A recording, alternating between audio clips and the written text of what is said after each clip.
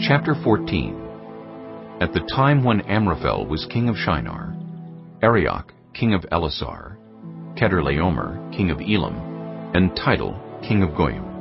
These kings went to war against Bera, king of Sodom, Birsha, king of Gomorrah, Shinab, king of Admah, Shemember, king of Zeboim, and the king of Bela, that is, Zoar. All these latter kings joined forces in the valley of Siddim, that is, the Dead Sea Valley. For 12 years they had been subject to Chedorlaomer, but in the 13th year they rebelled.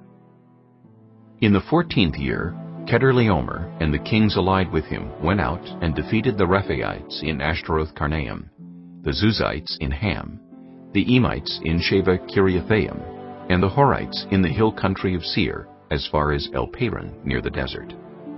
Then they turned back and went to En-Mishpat, that is Kadesh, and they conquered the whole territory of the Amalekites, as well as the Amorites who were living in Hazazon-Tamar. Then the king of Sodom, the king of Gomorrah, the king of Admah, the king of Zeboim, and the king of Bela, that is Zoar, marched out and drew up their battle lines in the valley of Siddim against Chedorlaomer, king of Elam, Tidal, king of Goyim, Amraphel, king of Shinar, and Arioch, king of Elasar, 4 kings against 5. Now the valley of Siddim was full of tar pits, and when the kings of Sodom and Gomorrah fled, some of the men fell into them, and the rest fled to the hills. The 4 kings seized all the goods of Sodom and Gomorrah, and all their food. Then they went away. They also carried off Abram's nephew Lot and his possessions, since he was living in Sodom. A man who had escaped came and reported this to Abram the Hebrew. Now Abram was living near the great trees of Mamre the Amorite, a brother of Eshcol and Aner, all of whom were allied with Abram.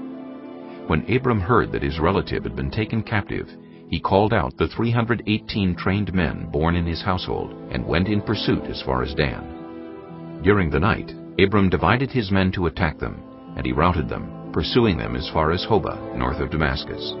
He recovered all the goods and brought back his relative Lot and his possessions, together with the women and the other people.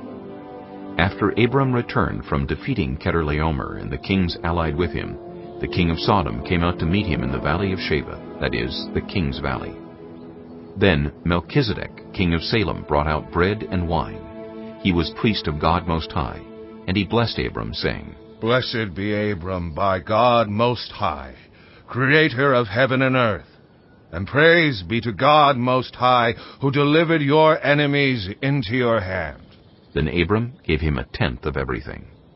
The king of Sodom said to Abram, Give me the people, and keep the goods for yourself.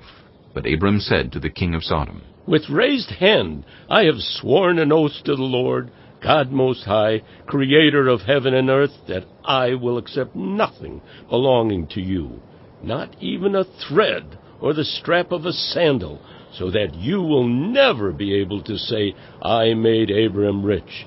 I will accept nothing but what my men have eaten and the share that belongs to the men who went with me, to Aner, Eshcol, and Mamre. Let them have their share.